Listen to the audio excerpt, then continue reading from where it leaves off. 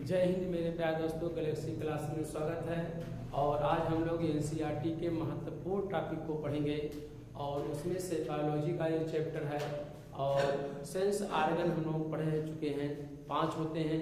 तो उसमें से हम लोग 5वां पढ़ने जा रहे हैं। कान हमारा क्या है? ज्ञान इंद्रिय के अंग है। तो कान का कार्य क्या होता है, तो कान किसका बना होता है? तो हम लोग जानते हैं कि कान जो हमारा है वो कार्टिलेज का बना होता है, जिसे हम लोग कहते हैं उपआस्थि कहते हैं। क्या कहते हैं? हड्डी का गुण है और मांसपेशियों का भी क्या है? गुण है। तो आप देखते होंगे इस तरह किसका बना है? कार्टिलेज का बना होता है। और तो कोई अगर पूछे कि कान किसका बना होता है तो आप क्या बताएंगे? कार्टिलेज का बना होता है। हाँ, ये कार्टिलेज का नहीं बना रहता तो नीचे से इस तरह से क्या रहता है? ये झोला रहता, दबोड़ देने पे ऐसे रहता है, ऐसे मांसपेशियों का बना होता है। लेकिन आप ये देखे होंगे हड्डियों का गुण भी इसमें पाया जाता है, इसलिए से यह किसका बना होता है? तो कार्टिलेज का बना होता है। इसका कार्य क्या है? तो इसका मुख्य कार्य है आवाज की ध्वनि को, यानी ध्वनि को सुनने का क्या करता है? कार्य करता है। ये क्या कर, इसका मुख्य कार्य क्या है? ध्वनि का सुनना है, यानी ध्वनि को सुनेगा, या इसका मुख्य क्या है? कार्य है। और किसका बना होता है? कार्टिलेज का बना होता है। अब हम लोग सीखेंगे तो यानी जो कान का बाहरी जो भाग हमें दिखाई पड़ रहा है, आपके सामने वाला जो भाग ये है, इसे हम लोग कर्ण पल्लो कहते हैं। क्या कहते हैं? कर्ण पल्लो कहते हैं। ये कर्ण पल्लो को कहा जाता है। तो ये जो कान का बाहरी भाग है, जो बाहर हमें वो दिखाई देता है कि हमारा कान है, इसी पूरे पार्ट को जो कान बाहर निकला हुआ है, इसे हम कर्ण पल्लो कहते हैं। अंग्रेजी में कर्ण पल्लो को पिन्ना भी कहा जाता है।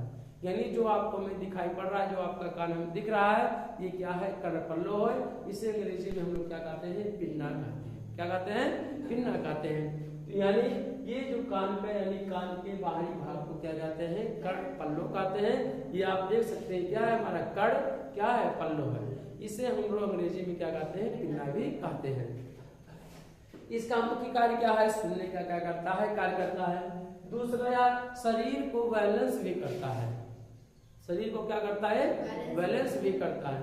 अभी आप कभी देखेंगे कान के, अगर किसी का अगर कान ऐसे कोई पकड़े रहे, ऐसे डबोटे रहे, या कान बनना कार्य करना ये क्या कर दे? बंद कर दे, तब भी आपका शरीर का बैलेंस नहीं हो पाता।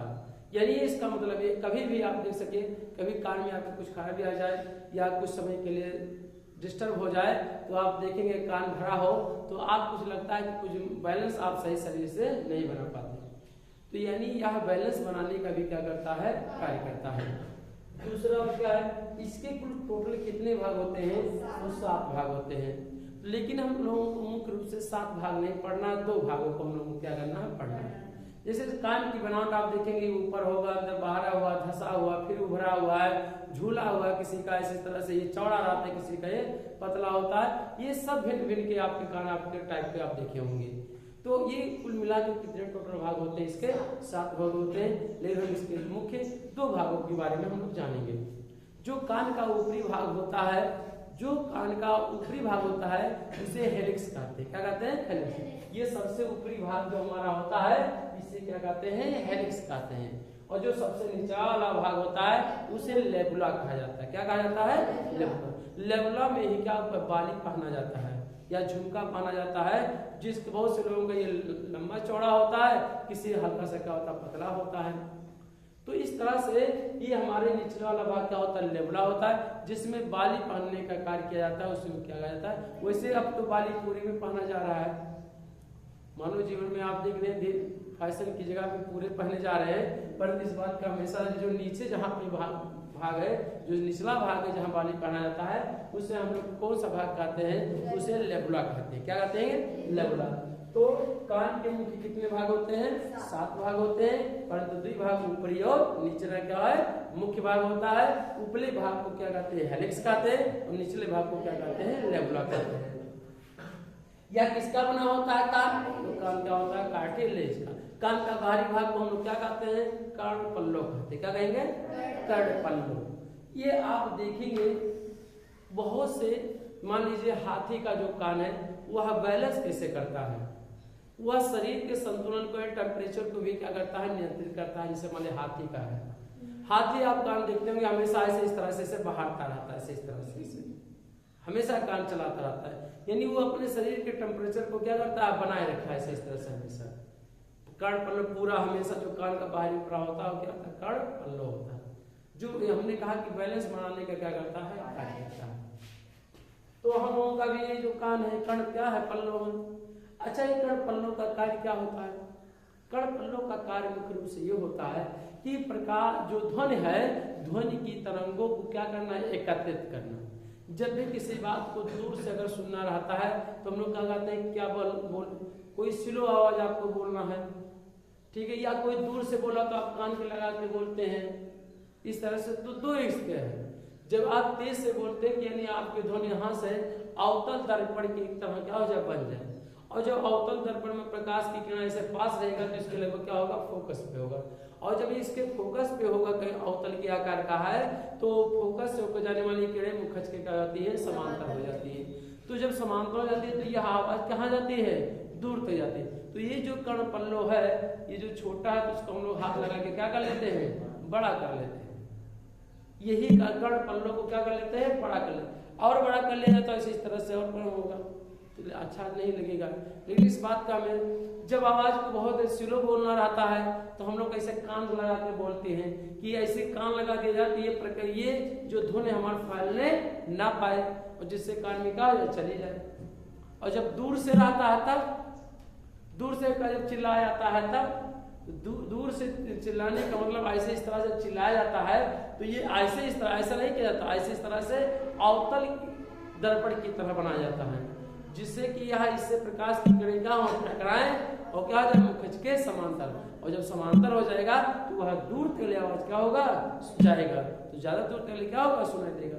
ये गति जब बोला ना तो ऐसे इस तरह से कर लेता है, इस तरह से ऐसे इस तरह से बोलने का तरीका है अपना अपना, ठीक है। ये मुख्य कार्य है सब ऐसे, ये आकृत है, ये कर्ण पल्लव जितना बड़ा होगा, अब आप बोल रहे हैं, अगर हमारा ये और बड़ा होता तो और हमें तेज से सुनाई देता। क्यों? क्योंकि ये आपकी ध्वनि तरंगों को क्या करता है, एकत्रित कर लेता, और एकत्रित करके बाद यहाँ बगल में क्या है, छिद्र है, इस छिद्र को क्या कहते हैं, केनाल कहते हैं, और केनाल के माध्यम से ध्वनि को क्या है, अंदर चला जाता है। तो इसलिए क्या होता है, बाहर क्या होता है, निकला रहता है, ये ध्वनि आके कर्ण पल्लव पे क्या करें, टकराए, पूरे को क्या कहेंगे, कर्ण पल्लव कहेंगे, जिससे हम लोग अंग्रेजी में इसे क्या कहते हैं, पिन्ना भी कहते हैं। आगे चलिए, ये कैसे कार्य किसका बना होता है, कार्टिलेज कैसे कार्य करता है, जो कान का जो छिद्र है इसे हम लोग क्या कहते हैं, केनाल कहते हैं, क्या कहते हैं, केनाल, और जो बाहरी पूरा है तो क्या है, कर्ण पल्लव है। जो कान का बाहरी भाग है, टोटल भाग, इसे क्या कहते हैं, कर्ण पल्लव कहते हैं, क्या कहते हैं, कर्ण पल्लव। टोटल भाग को यहाँ तीर बना दिए, लेकिन अलग बात है, लेकिन टोटल भाग को हम लोग क्या कहते हैं, कान का जो बाहरी भाग उसे कर्ण पल्लव, जिसे हम लोग क्या कहते हैं, पिन्ना कहते हैं। कार्य कैसे करेगा, जो ये छिद्र है इसे हम लोग केनाल कहते हैं, ये मस्तिष्क है। अगर मान लीजिए ऐसे इस तरह से अगर आपका चेहरा होता है ऐसे इस तरह से, तो अगर बना होता है ऐसे इस तरह से, तो जाहिर सी बात है ऐसे इस तरह से बना होता है, ऐसे इस तरह से,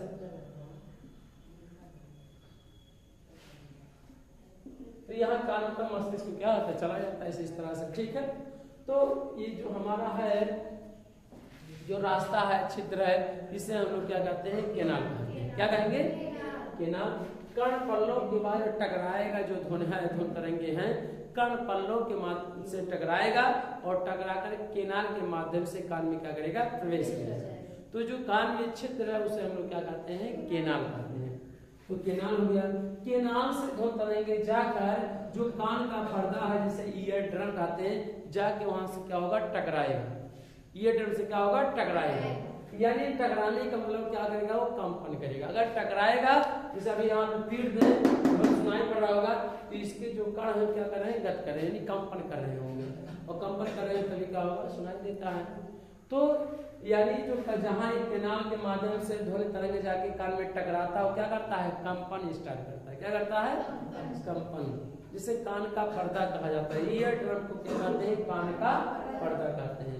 इसके बाद जो ईकार इससे टकराकर ऑसिकल से जाके क्या करता है, टकराता है। ये टकराए ध्वनि तरंगे क्या करता है, यह ऑसिकल जो होता है, इसका मुख्य कार्य होता है, ये तीन हड्डियों के समूह को ऑसिकल्स कहते हैं। तीन हड्डी होते हैं, और ऑस्कल्स कहते हैं, समूह को कहते हैं। परंतु इसका कार्य क्या होता है?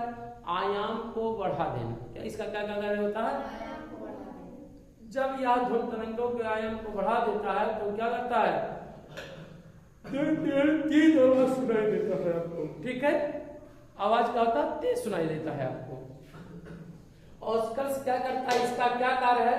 तो यह आयाम को क्या करता है? बढ़ाता है। परंतु पूछा जाए कि ऑस्कल्स क्या है, तो आप कहेंगे तीन हड्डियों का क्या होता है? समूह होता है।